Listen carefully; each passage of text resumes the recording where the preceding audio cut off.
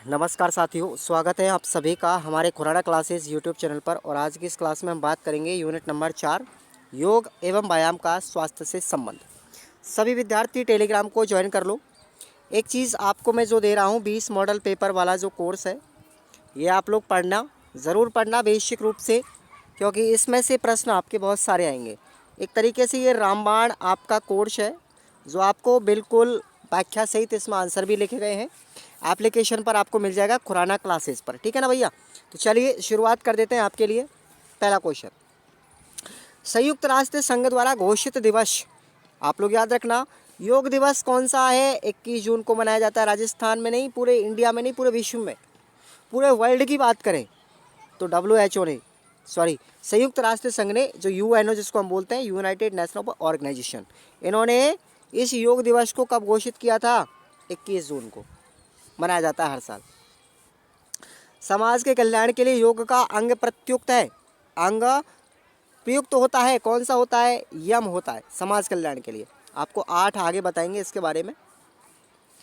देखिए आगे देखो, भोजन के तुरंत पश्चात किए जाने वाला एकमात्र आसन कौन सा है? वज्रासन, भोजन के बाद किया जाता है। कौन सा आसन ध्यान के लिए उत्तम माना जाता है? तो ध्यान के लिए माना जाता है पद्मासन, ठीक है। अगला क्वेश्चन देखिए, बच्चों की लंबाई वृद्धि हेतु कौन सा आसन किया जाता है? तो वो किया जाता है ताड़ासन। ये बच्चों की लंबाई बढ़ाने में काम आ जाता है।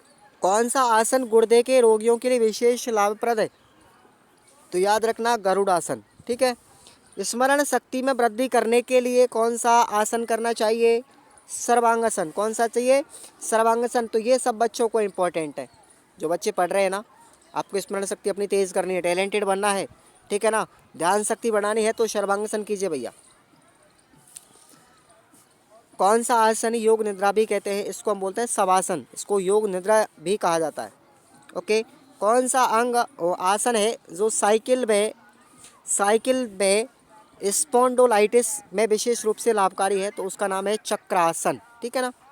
आसन ही आसन पढ़ेंगे पूरे। शरीर में ऊर्जा का संचार करने वाला प्राणायाम कौन सा है? भस्त्रिका प्राणायाम, ठीक है। दांतों से खून आने और पाइये रोग को रोकने में विशेष रूप से उपयोगी कौन सा है? शीतकारी प्राणायाम, ठीक है। और आवाज़ में मधुरता लाने के लिए कौन सा प्राणायाम करना चाहिए? उज्जयी प्रणाम। कौन सा है? उज्जयी प्रणाम। पूरे दिमाग को सक्रिय हेतु, सुप्त केंद्रों को जागृत करने और ज्ञान में वृद्धि हेतु कौन सा प्राणायाम करना चाहिए? कपालभाति प्राणायाम, याद रखना। आगे देखेंगे, सूर्य नमस्कार में कितनी मुद्राएं होती हैं, कितनी अवस्थाएं होती हैं? तो 12 मुद्राएं या अवस्थाएं होती हैं, याद रख लेना इसको। अगला क्वेश्चन देखेंगे आप लोग। अगला क्वेश्चन है अपना, नियम आधारित व्यायाम के प्रकार कौन सा है? औपचारिक व्यायाम, ठीक है ना। आगे देखिए, अगले क्वेश्चनों पर हम आते हैं। ये आइए भैया, महर्षि पतंजलि के अनुसार अंग कौन कौन से होते हैं? योग के अंग 8 होते हैं, याद रख लेना आप लोग। पहला है यम, नियम, आसन, प्राणायाम, प्रत्याहार, धारणा, ध्यान और समाधि। ये टोटल 8 अंग है पतंजलि के अनुसार। ओके भैया। यम के अंग कौन कौन से हैं? तो 5 हैं, याद रखना। अहिंसा, सत्य, अस्तेय, अपरिग्रह और ब्रह्मचर्य, ये 5 यम के हैं, ठीक है ना। अगला क्वेश्चन देखेंगे, नियम के कितने अंग हैं? तो नियम के भी 5 अंग हैं। शौच, संतोष, तप, स्वाध्याय और ईश्वर प्राणिधान। ओके, याद रखना। नेक्स्ट अपना क्वेश्चन देखेंगे आप लोग, ईश्वर प्राणिधान क्या होता है? ईश्वर प्राणिधान क्या है बताइए? कि सृष्टि के रचनाकार एवं संचालक सर्वशक्तिमान प्रभु को सर्वव्यापी एवं सर्वोपरि मानना, अपने अपने धर्म के अनुसार उनकी आराधना के माध्यम से अपना सर्वस्व समर्पित करना, ईश्वर प्राणिधान कहलाता है, ठीक है। अगला क्वेश्चन देखेंगे आप लोग, प्राणायाम के कोई 4 प्रकार। अच्छा क्वेश्चन है, याद रखना इसको। भस्त्रिका प्राणायाम, भ्रामरी प्राणायाम, शीतली प्राणायाम और शीतकारी प्राणायाम, ये 4 प्रकार है प्राणायाम के, याद रख लेना इसको। नेक्स्ट है, सूर्य नमस्कार को व्यायामों का राजा क्यों कहा जाता है? सूर्य नमस्कार योगासनों में सबसे महत्वपूर्ण स्थान रखता है। इसमें एक ही व्यायाम से कई आसन एक साथ पूरे हो जाते हैं और इसका स्वास्थ्य लाभ पर प्रत्यक्ष प्रभाव पड़ता है। और सूर्य नमस्कार की 12 मुद्राएं होती हैं भैया, याद रख लेना।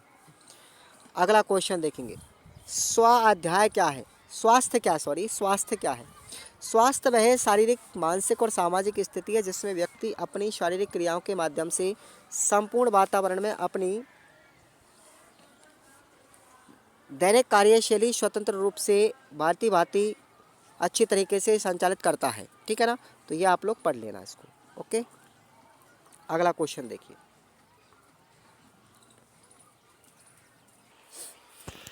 नेक्स्ट अपना क्वेश्चन आता है कि योग की परिभाषा बताते हुए योग का अर्थ क्या होगा। अच्छा क्वेश्चन है, याद रखेंगे आप लोग। तो महाकाव्य गीता में भी कहा गया है कि कर्मेषु कौशलम, अर्थात कर्म कौशल ही योग है। अंतःकरण की दिव्य प्रेरणा से प्रेरित होकर के कुशलतापूर्वक कर्म करने को ही हम क्या कहेंगे? योग कहेंगे। इस उपयुक्त परिभाषा के आधार पर हम कह सकते हैं कि ज्ञानेंद्रियों पर नियंत्रण करना ही क्या कहलाता है? योग कहलाता है। याद रख लेना भाई। नेक्स्ट क्वेश्चन है, अहिंसा का संबंध हमारे स्वास्थ्य से क्या है? क्या स्वास्थ्य है, अहिंसा का स्वास्थ्य पर क्या प्रभाव पड़ता है भैया? तो देखेंगे, किसी को भी शारीरिक चोट न पहुंचाना ही क्या है? अहिंसा है। अपितु मन में किसी को कष्ट पहुंचाने की इच्छा लाना भी क्या है? हिंसा है। देखो, हिंसा उसे नहीं कहते कि आप उसको शारीरिक रूप से चोट पहुंचा रहे हो। हिंसा तो आप लोग मानसिक रूप से भी कर सकते हो कि नहीं?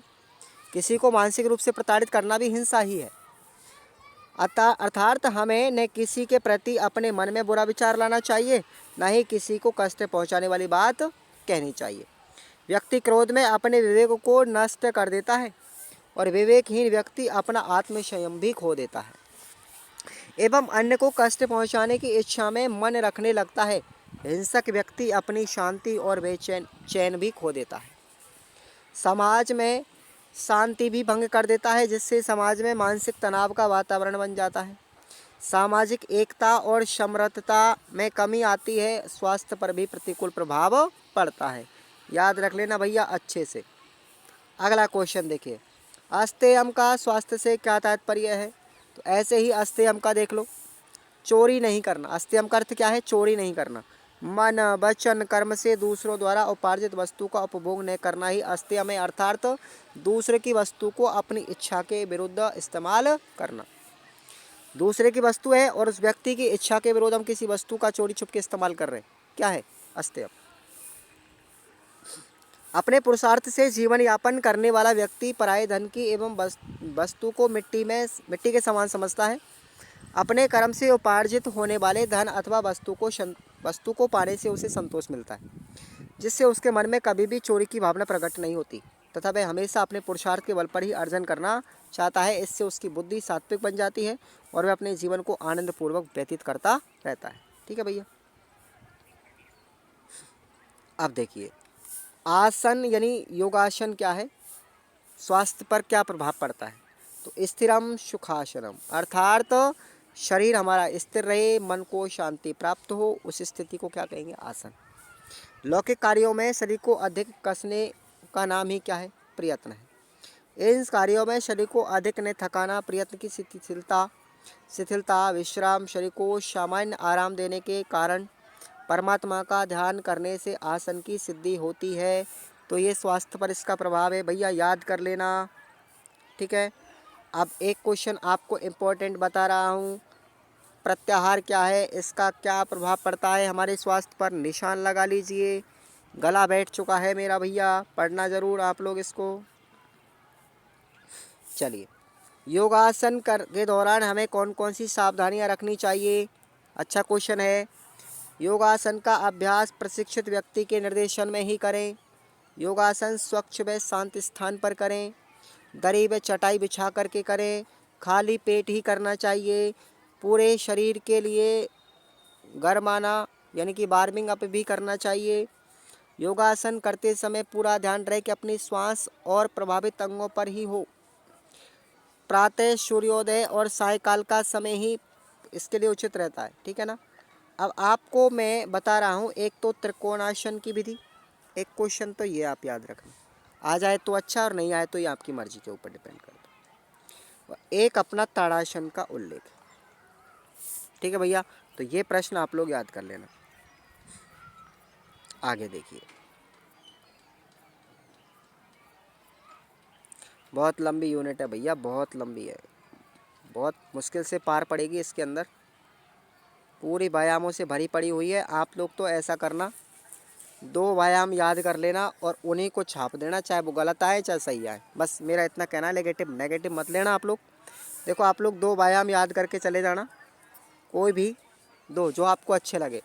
और तुमको तो परीक्षा में कोई सा व्यायाम दिखाई दे दे, कोई सा भी योगासन दिखाई दे दे, उसकी जगह तुम्हारे माइंड में जो छपा हुआ है ना उसको लिख देना। कभी गलत नहीं करेगा एग्ज़ाम, क्योंकि खुद एग्ज़ामिनर नहीं जानता इसके बारे में। अभी तो आया समझ में, एग्ज़ामिनर खुद नहीं जानता है और ऐसा ही बच्चे करते हैं। ये मेरा सबसे बड़ा उपदेश आपके लिए, ध्यान रखें। ठीक है भैया, चलिए मिलते हैं नेक्स्ट वीडियो में, तब तक के लिए जय हिंद, वंदे मातरम। टेलीग्राम को ज्वाइन कर लो।